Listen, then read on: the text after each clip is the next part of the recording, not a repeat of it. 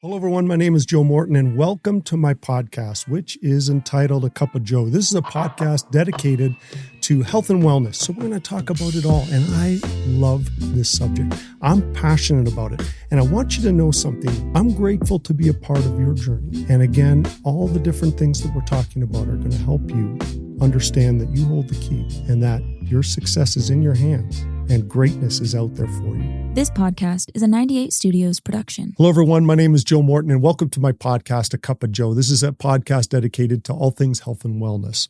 Today, I want to talk about something very special, a word that you've probably heard. You see it on magazine covers. You hear this buzzword all over the place, but what is it? And that is mindfulness.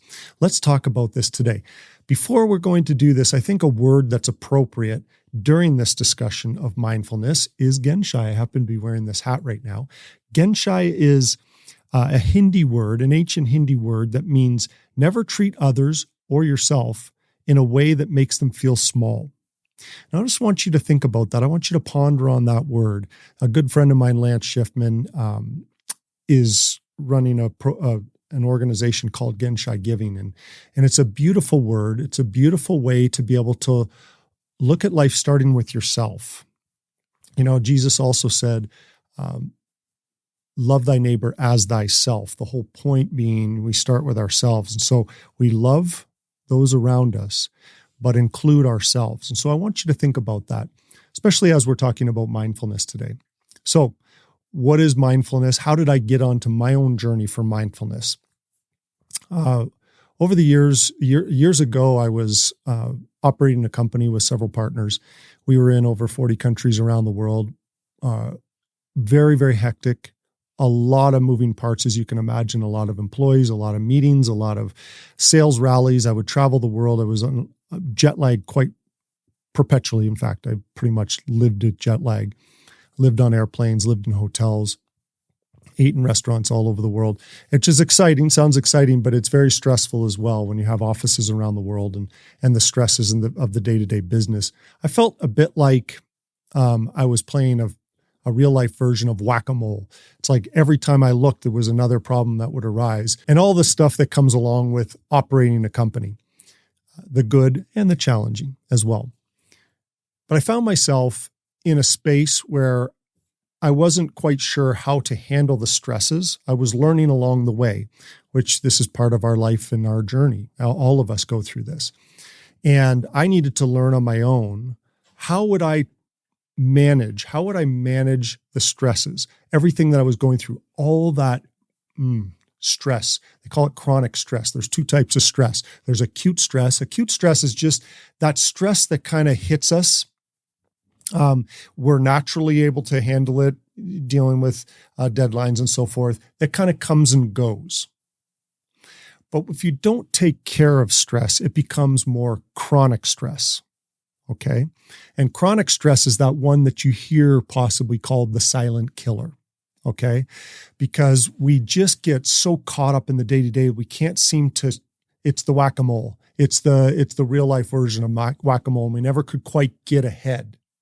This is the stuff that is, chronic stress is a little more dangerous, okay? This is the kind of stress that can cause cardiovascular challenges. It can cause high blood pressure, which is going to cause cardiovascular challenge, immune system challenges, overwhelming feeling of I can't seem to succeed. I can't seem to find the solution.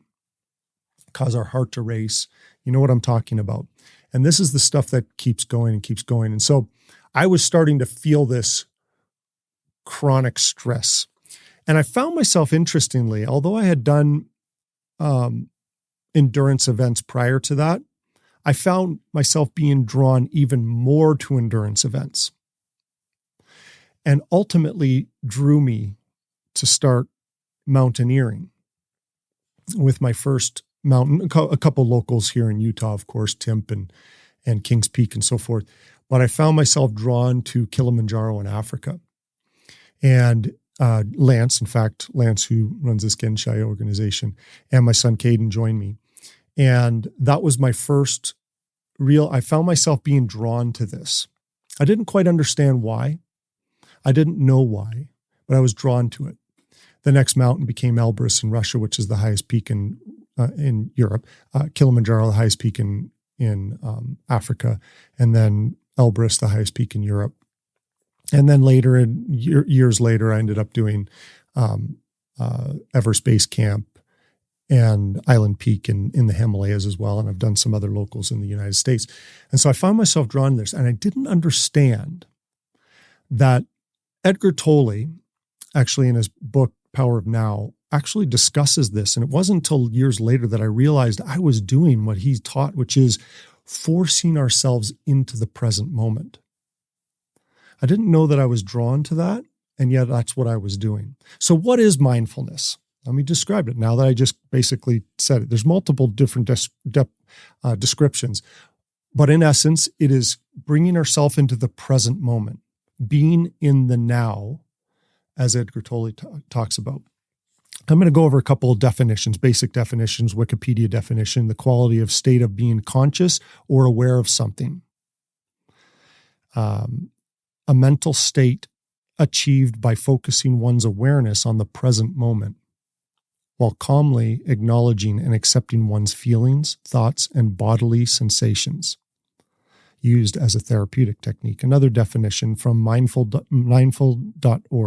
Mindfulness is the basic human ability to be fully present, aware of where we are and what we are doing, and not overly reactive or overwhelmed by what's going on.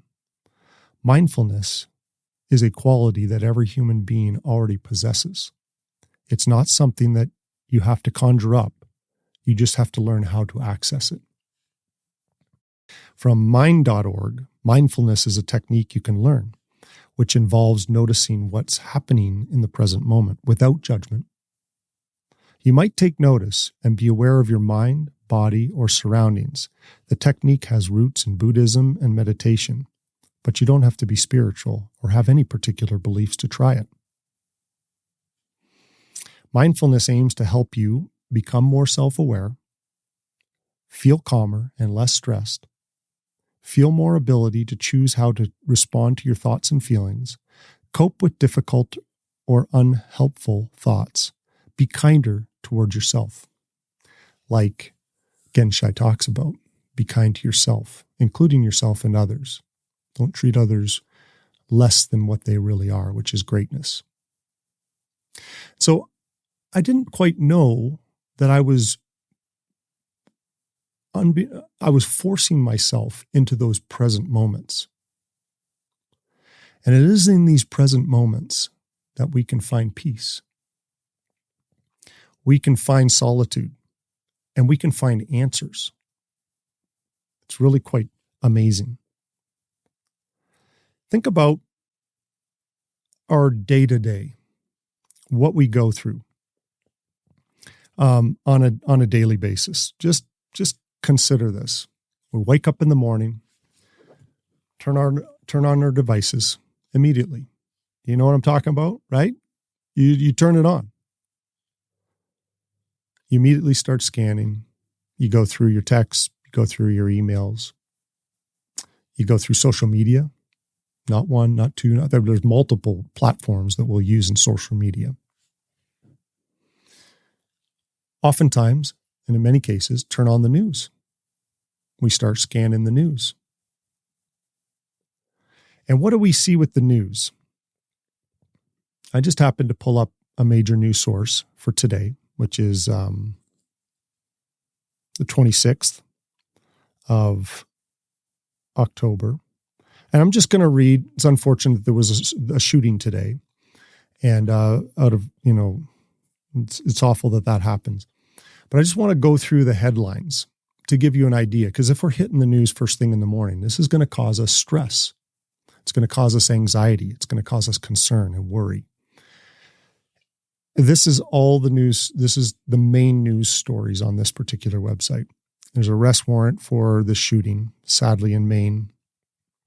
Maine residents are on lockdown. 18 people were killed. The next part of the story is 18 people were killed and 13 injured. The next part is a video of people running out of the bowling alley. Again, very sad. I'm sorry to hear that this has happened. And then the next story is about what they know about the shooter.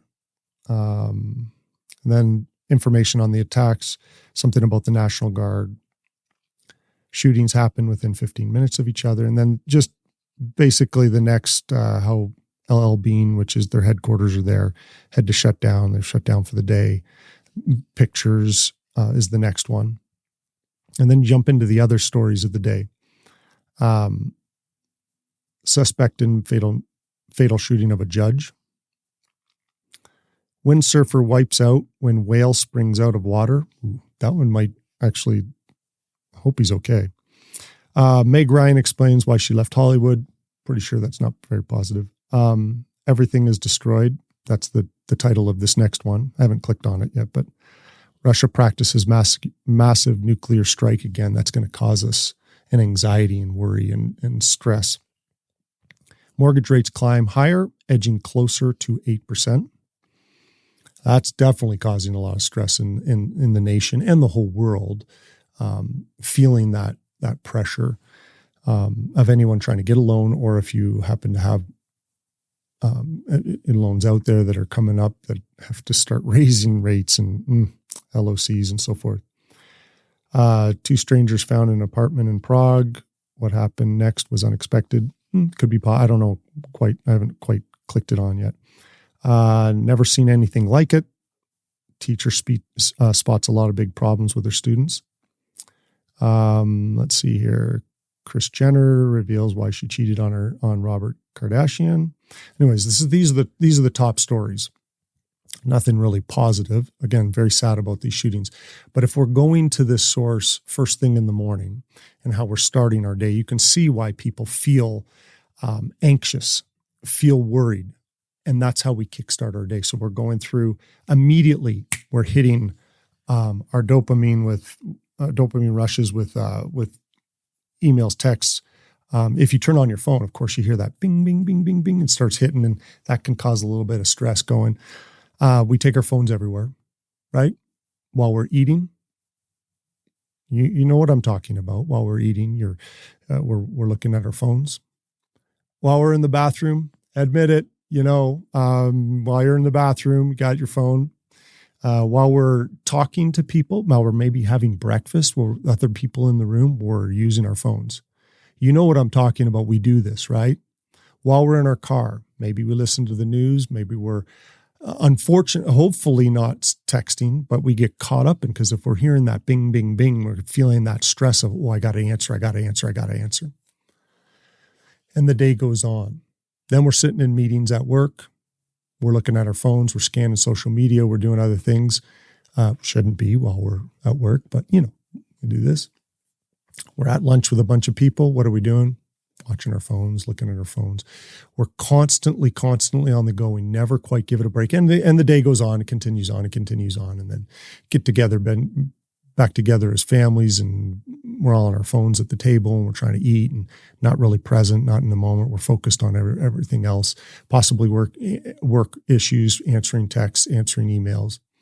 And the night goes on and it continues on, and possibly we scan and we're scanning right as we go to bed. This is an average day. And so you can see why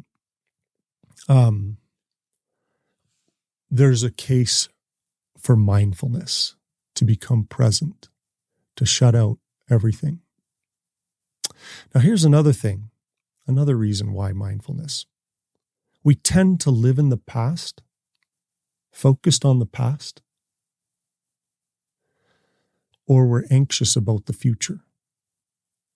And yet we somehow, all too often miss the present moment. The movie Napoleon Dynamite, we got Uncle Rico, and everyone thinks that's pretty funny. Uncle Rico, he kind of lives in the past. He's throwing the football out in the field, lives in a van. This is Uncle Rico. He's funny. But how many of us do live in the past? We rehash the past over and over and over again, and we continue to relive it. But here's the thing about the past. It's past. It's never going to happen again. And we give up living in the moment, in the present moment, We give up all these beautiful opportunities, relationships, conversations, progression that could be taking place because we're focused on the past. Forgiveness is a big part of that. Do we forgive the past? Do we forgive ourselves or other people? So here's a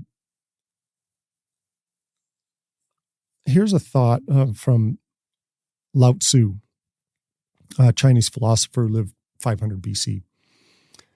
He said this: if you're depressed, now I'm not talking clinical depression here. This is a statement that was made, 2,500 years ago. If you're depressed, you're living in the past. If you are anxious, you are living in the future. If you are at peace, you are living in the moment. And these are those words from Lao Tzu. Buddha also said, which taking place around the same period of time, the secret of health for both mind and body is not to mourn for the past, worry about the future, or anticipate troubles, but to live in the present moment wisely and earnestly. I really liked how he said that. Mourning the past, or worry about the future, or anticipate troubles. How much of the time do we waste in our present moment, worried and concerned and just going crazy over what could happen? Potential, like he says, troubles, anticipate troubles. That may never happen, and in most cases don't. And yet we're giving up that present moment. Let's talk about becoming present in the moment.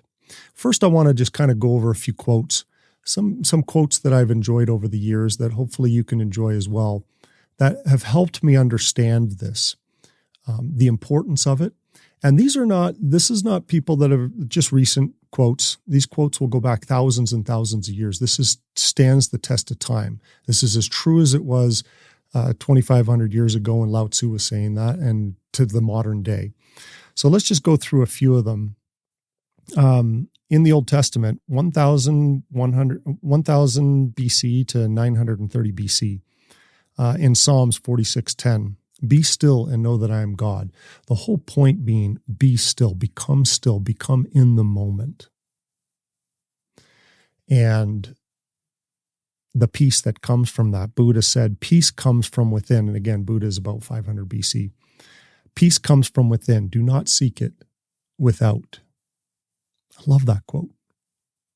Remember, I've mentioned this many times on my podcast. You hold the key to our success. And that includes in our health and wellness, our mindfulness, we hold the key. And like stated here, peace comes from within. Do not seek it without. Krishnamurti said, in oneself lies the whole world, and if you know how to look and learn, the door is there, and the key is in your hand. The key. We hold the key. The key is in your hand. Nobody on earth can give you either the key of the door to open except yourself. I love that. So if we hold the key, as we're reading here, if we're holding the key, why wouldn't we turn within? And turning within is in the present moment. Rumi, a 13th century Sufi poet, said, the universe is not outside of you. Look into yourself. Everything you want, you already are. Oh, I love that. That's beautiful. Rumi also said, silence is God's language. Everything else is a poor translation. So we're learning something. You can see like there's a little bit of a theme here. We're learning about becoming present in the moment and turning within. Here's a quote from Edgar Tolle. In fact, I'm going to jump into him in just a moment. And he's the one who wrote that book, The Power of Now, that made such an impact on me that I realized what I was doing. And he talked about how endurance athletes and mountaineers and rock climbers and Interestingly, I got into rock climbing around the same time, because when you're rock climbing, you can't think of anything else. You cannot be focused on the worried about the past or anxious about the future. Boy, you're right in the present moment. And when running, I love to run on the streets. Love it. However, if I have a choice, hands down, I'm on trails. Hands down. You have to be present when you're running on trails. You have to be. There's roots, there's rocks, there's big divots and all over the place. If you're not focused and present and in the moment, you will trip. So it forces us into the present moment. And I found myself, like when I go biking, I love biking because it forces me into the present moment. Take it to the mountains and mountain biking, even more so, forced in the moment. And what I find is, that when I'm biking, some of the greatest inspiration comes to me. Ideas, thoughts, solutions. There's no secret there. There's no mystery there. And again, I kind of was figuring this out on my own without really knowing it. And when I read that, I went, oh my gosh, this is what's going on. Forcing me into the present moment. I love it. So Edgar Tolle says, time isn't precious at all because it is an illusion. What you perceive as precious is not time, but one point that is out of time, the now. This is precious indeed. The more you are focused on time, past and future, remember we're talking about don't waste your time worrying about the past or the future, focus on the now. The more you missed the now is what he says. The most precious thing there is. There's an unknown quote that I have as just one that I reference from time to time. It just says, the space between your thoughts is the doorway to universal truth. The space between your thoughts. Really love how that was put. Dr. Deepak Chopra says healing takes place in the gap between our thoughts, something like that. And I love that the way he puts it. Okay, so in fact, in Edgar Tolle's book, Stillness Speaks, I highly recommend this book. In fact, very easy to read, not a difficult book, lots of wisdom. I read this regularly. I love to reference it. I keep it close to me. It's a lot of great wisdom. It's just one quote after another of great wisdom. Now, let's see here. Page 7. He says, this is kind of going along the similar lines of what I just read and also Dr. Deepak Chopra. Pay attention to the gap between two thoughts, the brief, silent space between words in a conversation, between the notes of a piano or flute, or gap between in-breath and out-breath. When you pay attention to the gap, awareness of something becomes just awareness. The formless dimension of pure consciousness arises from within you and replaces identification with form. I really, really love how he words that. Pay attention to the gap between two thoughts, the brief, silent space between words in a conversation. Love that. Carl Jung, a Swiss psychologist and psychoanalyst who founded analytical psychology, actually, he says, who looks outside dreams, who looks inside awakens. Again, going to that theme of turning within, finding ways to become present, turn within. Now, here's an interesting one that you may have never heard before. I love this. You may have never heard of the Gospel of Thomas before. The Gospel of Thomas is an interesting book of scripture. It's found in 1945 in Nag Hammadi, Egypt. And just a young farmer was tossing some rocks in a cave, and he heard like the smashing of a clay pot. Discovers these what are considered Gnostic Gospels, and they're called Gnostic Gospels because they weren't included in the canonized versions of the Bible. They just weren't. So you've got the four Gospels: Matthew, Mark, Luke, and John. And this is Thomas, one of the apostles, but was never put in there. Now, they've been dated to 60 AD, to somewhere between 60 AD and 250 AD. And they're basically just sayings of Jesus. In these sayings, says, if you bring forth what is within you, what you bring forth will save you. If you do not bring forth what is within you, what you do not bring forth will destroy you. That was Jesus's quote. Interesting. So again, talking about what's within us, bringing it out. Albert Einstein said, I love this, one of the brilliant minds, one of the greatest brilliant thinking minds of all time, and arguably of all time. Albert Einstein said, I think 99 times and find nothing. I stop thinking, swim in silence, and truth comes to me. Now that's Albert Einstein talking. Thomas Edison. I love this. Thomas Edison, little known fact, he used to hold two metal balls in his hand, one in each hand. And he would get himself into what almost like a state of sleeping, close to sleeping. Many will say that it's a theta state of the brain waves. And as soon as though he would go to fall asleep and the metal balls would fall and drop on the floor, it would wake him up. He had a pad of paper in front of him, and then he would just start writing down all these ideas, all these invention ideas, and all the things that would come to his mind. He'd write them down. And that's where he got a lot of his inspiration. What was he doing? He'd becoming quiet, stilling the mind, finding a way to go within, and then when that time happens, boom, he was able to find inspiration. So there's a book, another easy book that I recommend, actually. I'm going to dive into a lot of what is discussed in here. Thich Nhat Hanh is a Buddhist monk from Vietnam, and he's since passed away. He's passed away several years ago. But he wrote this he wrote a lot of books, actually. I don't know how many books he's written, but I've read several of them, and I really like his style. But this book, if you're looking for a way to become present, and that's what this whole podcast is about, is becoming present in the moment, mindful.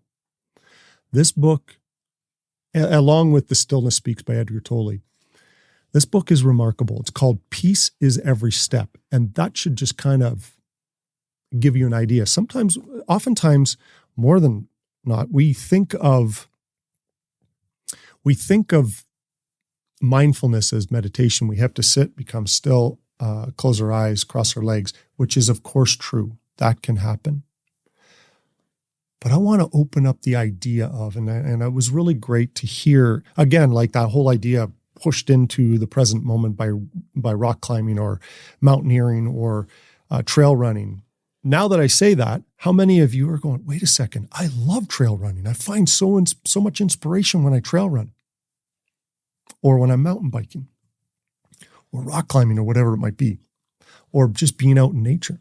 Something happens when we shut our phone down and we're surrounded by nature. It's magic. But Peace is Every Step steps into the approaches this idea that you can do this all day, every day. And I'm going to go through some of these here in just a moment. So let's talk about ways that we can do this. So close your eyes and listen. Just close your eyes and listen. Wherever you might be. Now, if you're driving in a car, please do not do this. But if you're like at a grocery store, on a plane, I just did it on a plane the other day. We were sitting on the runway for a lot longer than probably expected. Everyone's jumping up. Everyone's trying to, scramble around, grab their bags. I just sat. And I just closed my eyes and just listened. I wasn't in lotus position. I wasn't, chanting or going through any mantras or anything. Nothing. Just listening. Being in that present moment. Suddenly you start to hear. Try to describe what you hear just in your mind. Again, don't close your eyes and do this while you're driving, but you're going to hear babies crying. You're going to hear people chatting, little discussions here and there. You're going to start to hear clanks and, possibly some sirens of a car over there or some honking over here. You just start to listen. Music playing, conversation that you would not have noticed, or sounds that you just would not have noticed. And peace is every step is discussing in this idea that you can find peace in the present moment in everyday activities, like I just described. Let's go through a few of them. Here's one that's very important that we should all practice. And I'm constantly reminding myself of this, and that is, while we're with people, our loved ones, our friends, put the phone down. I know this is a tough one. I'm dead serious. This is very tough in the world we live in right now. I remember my daughter, Kelsey. It's a beautiful little soul. She's 14 years old. Several years ago, we were on a date. I take her on little daddy-daughter dates. And I'm playing around with my phone. And at one point, she grabs the phone, puts it on the table, and looks at me in the eyes and says, "Daddy, put it down. I'm here." I thought, oh my gosh, how profound is that? And although I'm not perfect at it, and I continue to work, I'm conscious of it. When I'm on a date night with her or with my wife, I try to put it down. Put it under your leg, or turn it off or whatever. Stay focused on the person you're with. And learn what you can, start to learn from these conversations. Quiet that phone. There's one thing. Okay, in peace is every step. While you're eating, become present, be in the moment. Focus on what you're doing. This is a very powerful thing also from, don't necessarily be using your phone, okay? Focus on what you're eating. Thich Nhat Hanh talks about this is be mindful of your chewing, be mindful of the tastes, be mindful of the smells, the sensations, be mindful of the conversations that are taking place around us. And I love this because I used to serve tables. My wife and I both used to serve tables. And one of the things that I loved is I could see people come in, and I noticed this years and years ago before I started getting into this idea of mindfulness, decades ago, in fact. And I noticed that people could come into a dinner. This is pre-cell phones, okay? This is a long time ago. They would come in for dinner, and it would be like time stands still for a moment. Just for a moment. For the hour, 2 hours, 3 hours, whatever it would take to have that dinner. And they would talk, and they would talk, and they would get in. And it was beautiful. And it was like therapeutic for people. And I loved that about serving tables. I loved that moment in time could be this special experience for this couple or group of people. Healing. Almost healing. It's a form of mindfulness, being present and being in the moment. And so eating can be that way. Now I'm going to throw into that as well, giving thanks on the food, however you feel is the best way to do that in your life, in your practice. But giving thanks for the food. Go through what you're eating.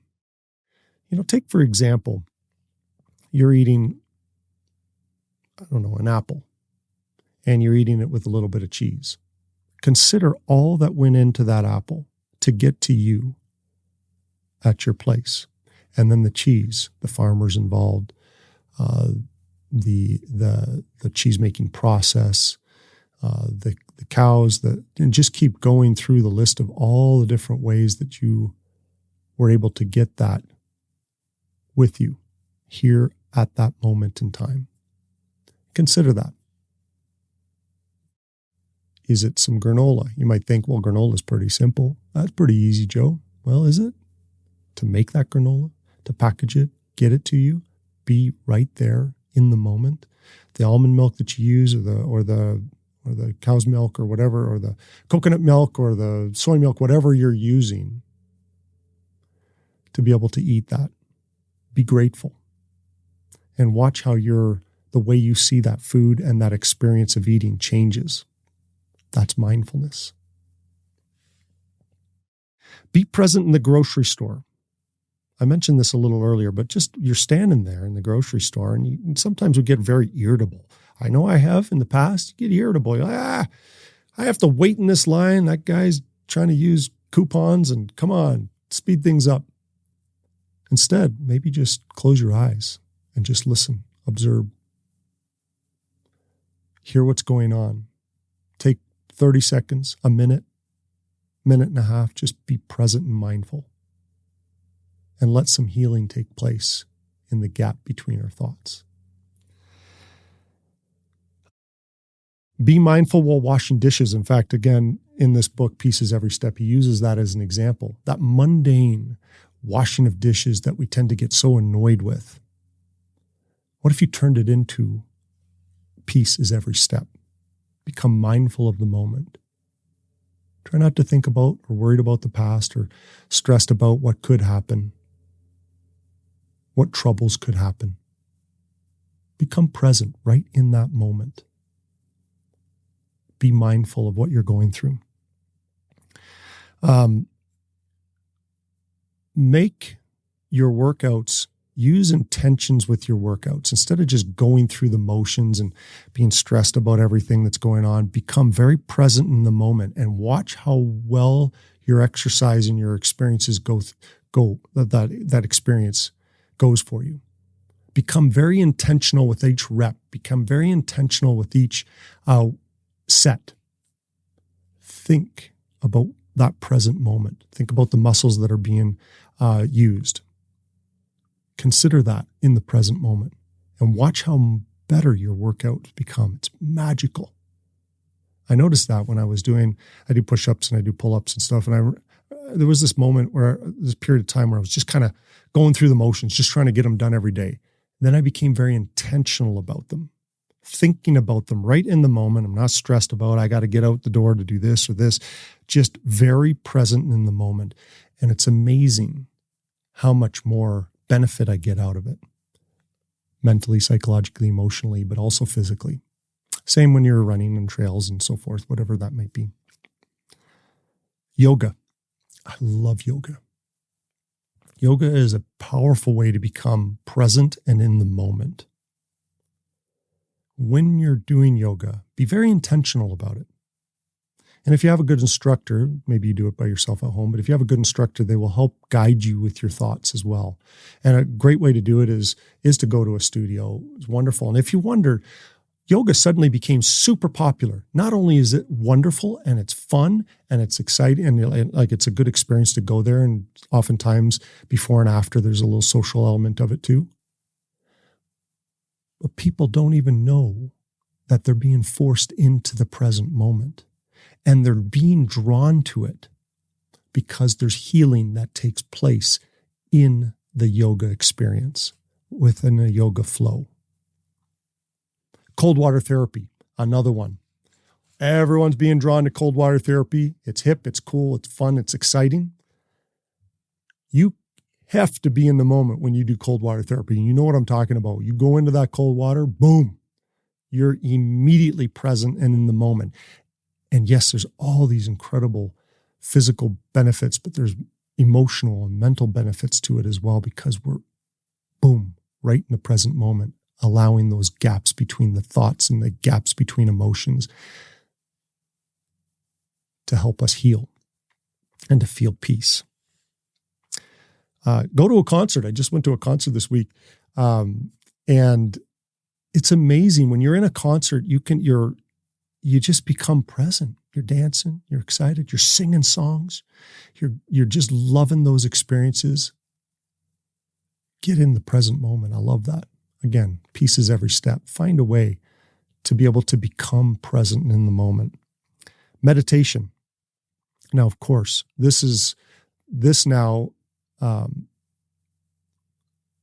take the pieces every step. We're talking about ways to be able to become mindful on a daily basis. This is a great way. Start your day. I highly recommend starting the day, even if it's for 2 minutes. But there's great guided meditations that are found for free on YouTube, easy to find. Start with today, a gratitude meditation. Just type in 5-minute gratitude meditation.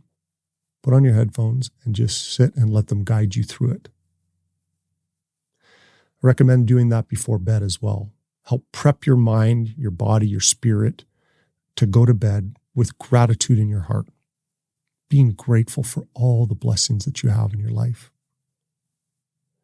They're going to oftentimes have you focus on your breathing and counting out breaths, possibly doing a body scan meditation. I really like this, where you go through the different systems of your body, or start from the top of your head and go down to the bottom of your feet and just go through each part of your body, giving thanks for it, but also just focusing on recognizing and become present in the moment. Recognize how powerful your body really is with this body scan type of a meditation. And so, in fact, a meditation that a friend of mine introduced me to, it's amazing. It's a breath meditation by Wim Hof. Wim Hof's also the one who made cold water therapy super popular. Again, forcing us into the moment, truly finding healing and peace in the gap between those thoughts. But Wim Hof also teaches a breathing. It's a little longer. It's like 10 or 11 minutes long. I've started this practice and I love it. Deep breath work. Great way to push ourselves into the present moment. Become mindful of our breath, and healing taking place in that process. So grateful that you joined on this podcast on mindfulness. What is it? Becoming present, becoming in the moment. Try to forgive and let the past be the past. Try not to be focused on the troubles or anxious about what could take place in the future, because those two will cause us to miss such an important and the only time we have, which is right now, the present moment. My name is Joe Morton for this episode of Mindfulness, and I appreciate you joining on A Cup of Joe. Make it a great day.